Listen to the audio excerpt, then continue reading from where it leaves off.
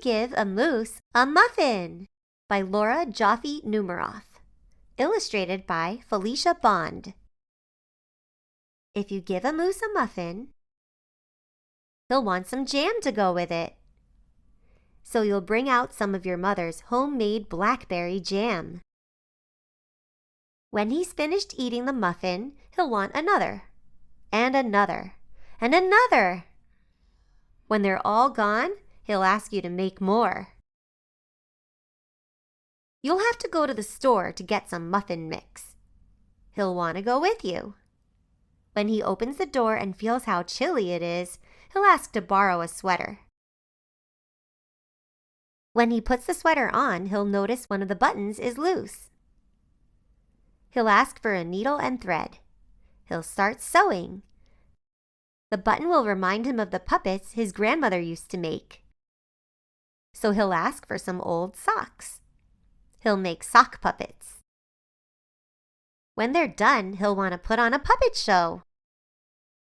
He'll need some cardboard and paints. Then he'll ask you to help make the scenery. When the scenery is finished, he'll get behind the couch, but his antlers will stick out. So he'll ask for something to cover them up. You'll bring him a sheet from your bed. When he sees the sheet, he'll remember he wants to be a ghost for Halloween. He'll try it on and shout, "Boo!" It'll scare him so much he'll knock over the paints. So he'll use the sheet to clean up the mess. Then he'll ask for some soap to wash it out. He'll probably want to hang the sheet up to dry.